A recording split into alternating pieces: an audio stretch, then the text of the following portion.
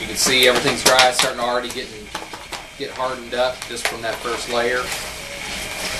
Just going to repeat the exact same steps we did on day one, and just start layering another layer on here, making sure that we get the grooves defined. And once the top layer is done, you're going to flip it over, do the bottom, hang it back up, and hit it for day 3.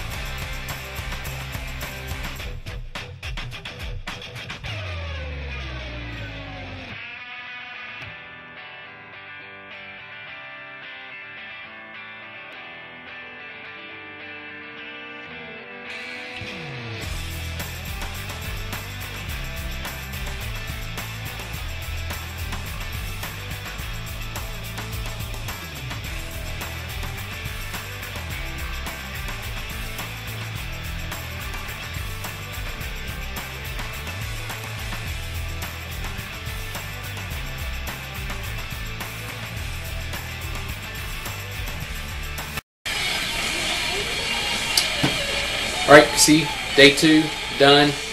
Doesn't take you any time to put on the additional layers. We'll set that up, let it dry. We'll see on day 3, we'll throw on another layer.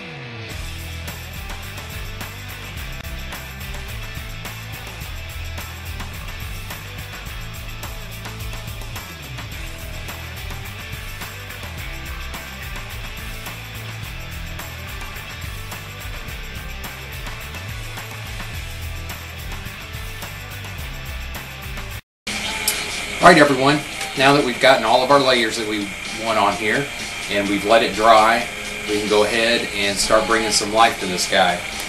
And I do want to point out that I do have 5 layers on here. I know you only saw 4 videos. 5th video got corrupt somehow. I know you're completely disappointed that you don't get to watch another little sped up video of me putting another fantastic layer of paper mache on this thing. I did have my lovely assistant help me though, so that made things go a lot easier and definitely a lot more fun. But I do have 5 layers on here. One thing I do like to do after that last layer is let this thing hang for a couple days, 3, 4, whatever you choose. A lot of it's going to depend on your humidity and temperature out. But that just kind of allows all of the moisture that's been trapped in this thing. Obviously you're putting layer after layer that's just trapping more moisture in or adding moisture to it. And so it's kind of nice to let that really get hard and dry up. You can see this thing is just as hard as a rock at this point now that it's got 5 layers on it and it's completely dry. Bringing life to this thing at this point is a matter of deciding what type of face that you want to put on it, spinning this thing around, trying to decide what is going to be your front, and then also putting the stem on. Stem really seems to bring this thing to life and adds a lot of character to this. So I'm going to go ahead and start with the stem. This is a fairly large pumpkin, so I think I'm going to try to go little bit crazier than what I normally have done. Is with the stems, might go a lot longer. May add a couple branches of additional stem coming off this thing. Just kind of whatever I feel like and whatever the mood strikes me and what direction it's talking to me in and how I'd like to see the results. So I usually don't have a preconceived notion of what I'm going to do. It's just however it kind of starts taking shape of it on its own and whatever direction it takes. So we're going to get started with the stem. Only thing you're going to need is more newspaper and duct tape. This part's fairly simple. I'll show you a little tip on how to get the stem to start curling and taking some crazy shapes, and you can force it into shapes and directions that help you along the way as well. What I'm going to do is I'm going to take this and spread this thing out and just overlap it. This way it kind of can begin to build up a fairly long main stem, and then we can just add from here. Get this spread out, and once I've got it laid out, I'm just going to go ahead and grab it and get it to start to fold. This can be a little tricky depending on how long you have it and how many layers you've got laying here, but just like anything else, once you get it started, it's fairly easy from here. And it doesn't need to be overly complicated.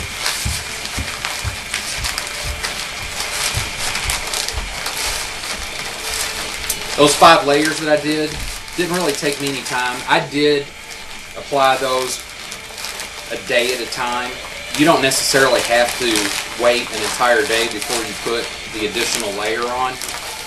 I simply did it because that's just what was convenient for me. Between work, kids, and everything else, it was just easy to grab it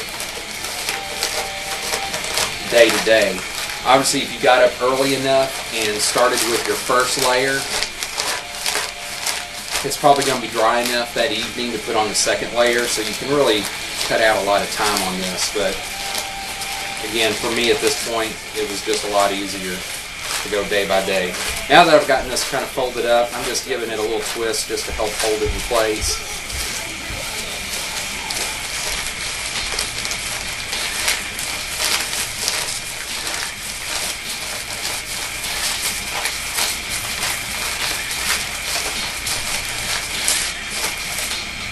I'm going to go ahead and get some pieces of duct tape ready. It's going to be a whole lot easier to do this with some pieces that are already ripped off.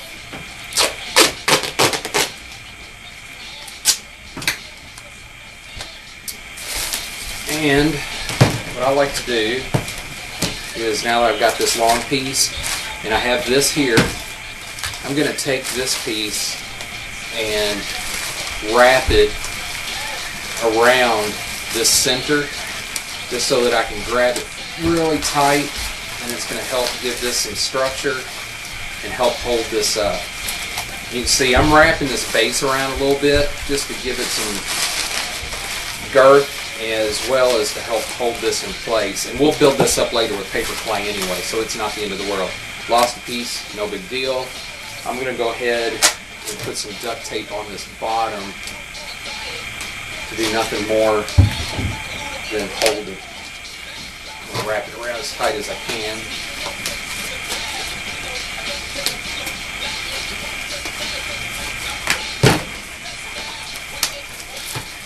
And I'm still going to continue to work this plastic handle up and around this paper. Again, to do nothing more than to help tie this stem into the body. I'm going to go ahead and wrap some tape around this just to hold it in place. I hope you guys can kind of see what I'm doing here. This tape's kind of gotten watered up. Don't really care as long as I can get it to wrap around and grab, because we'll be adding plenty more tape on this as we go. As you can see, we've got this. It's for the most part fairly well attached at this point to this. We're going to be doing a lot more to this as we go. It's going to just make that stronger and stronger. So with this, I'm just going to go ahead and get some more tape out here.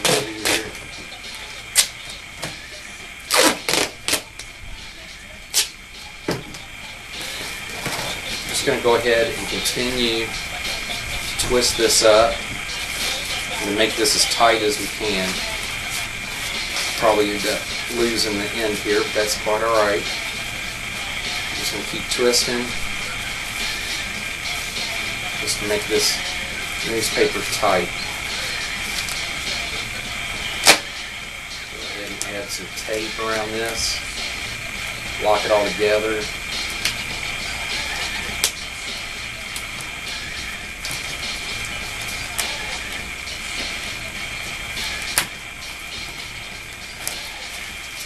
Rip that off. Now, it doesn't look like much at this point, but all I want to do is establish the base and to get this thing attached and get it going, and we're just going to keep adding from here. Not too much there. Grab some more paper. Go ahead and roll this up.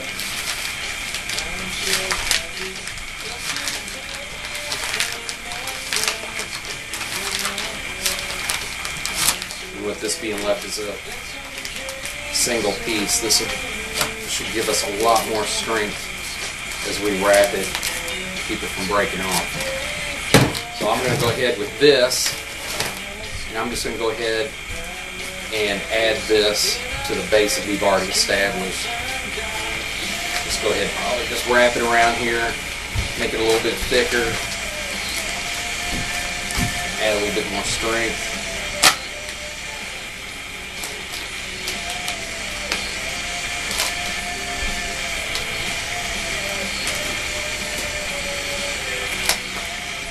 This is basically all we're going to continue to do until we've gotten a stem that we are pleased with, and just keep wrapping this paper as tight as you can, and that's what's going to give it its strength.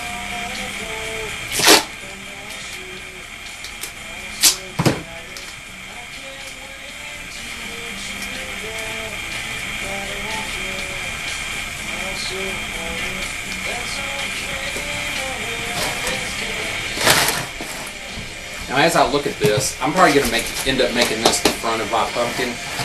This stem ended up where the paper came out, offset way to the back. So it just kind of really opened up and exposed this side. So I'm going to end up making this my face. I'm going to make that decision. And from here, knowing that gives me a direction on how I want to build this stem up and how its length and how that's going to interact with the face. One thing you can't do before this loosens up too much, I'm going to go ahead and tape this down as well. I'm going to wrap it around, flatten it out on the top here. Just to keep it from moving around much more as we build up on it.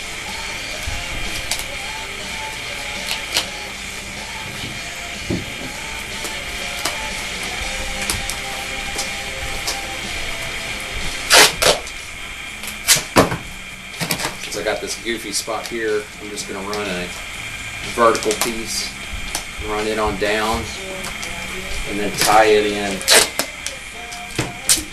with a horizontal piece. Just so it doesn't come off.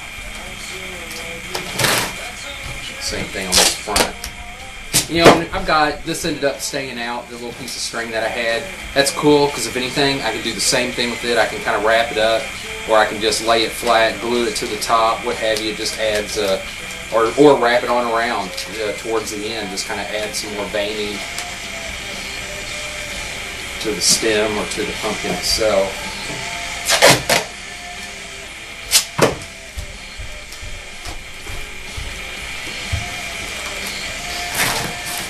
I'm going to go ahead and continue building the length of this on out.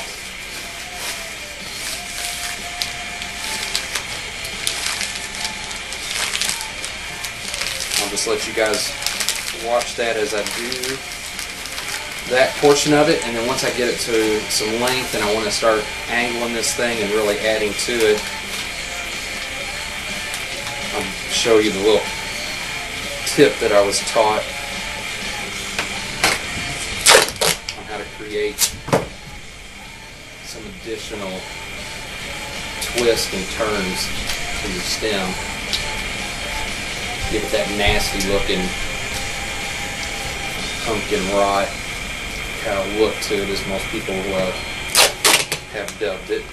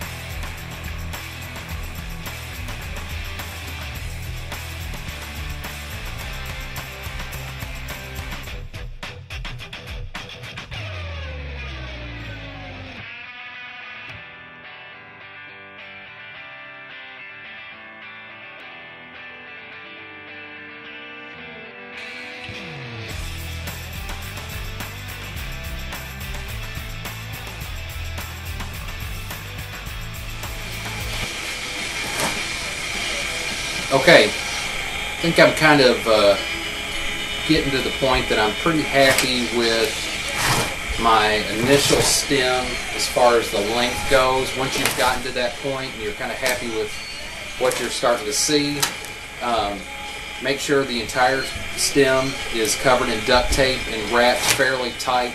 You can see this has now gotten pretty rigid, and we can begin on twisting this thing up a little bit further and starting to create some of those curls and bends. To do so, I'm just going to take some of this duct tape and get some strips off of it that I can work with.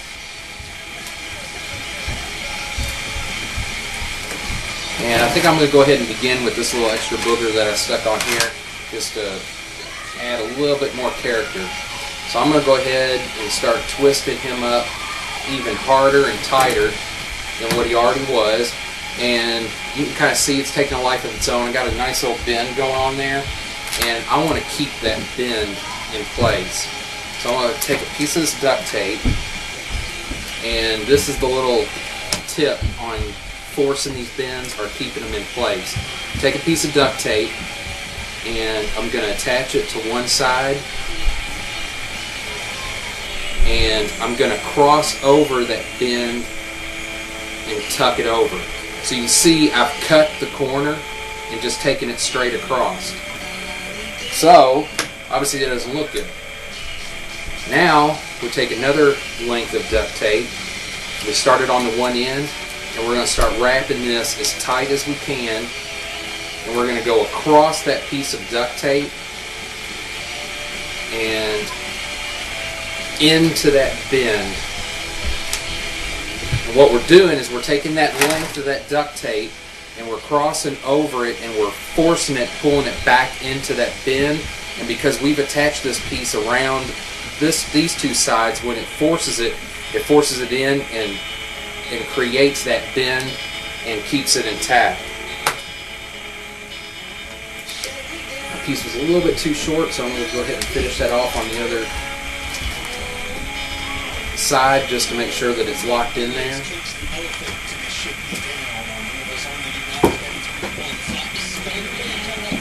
So now that little kink is there. I don't have to worry about it coming back undone. Now I'm going to go ahead and keep working this guy.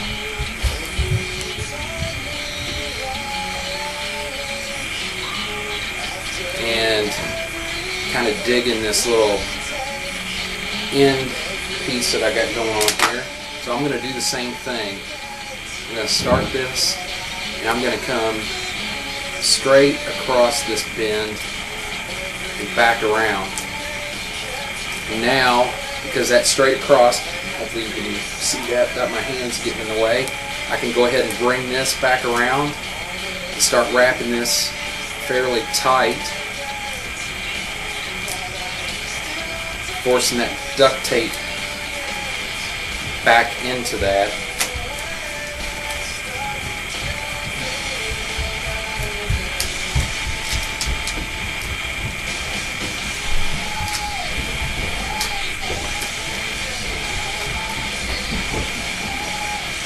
And now that little curl is permanently stuck there. I don't have to worry about it coming back undone again. I'm going to go ahead and add one more to the very end of this, just to bring it on back around. Again, cross one side, back around, straightening that corner out, and then bringing this tape back up and around and forcing that in. So hopefully you can see that. Just curled that up even tighter, created a couple extra bends. Kind of hoping that I fill in this area, because with this stem being so offset, it may work out. Not, oh well, it's only paper. And it's a Halloween decoration, for God's sake. So it's going to freak people out no matter what you do.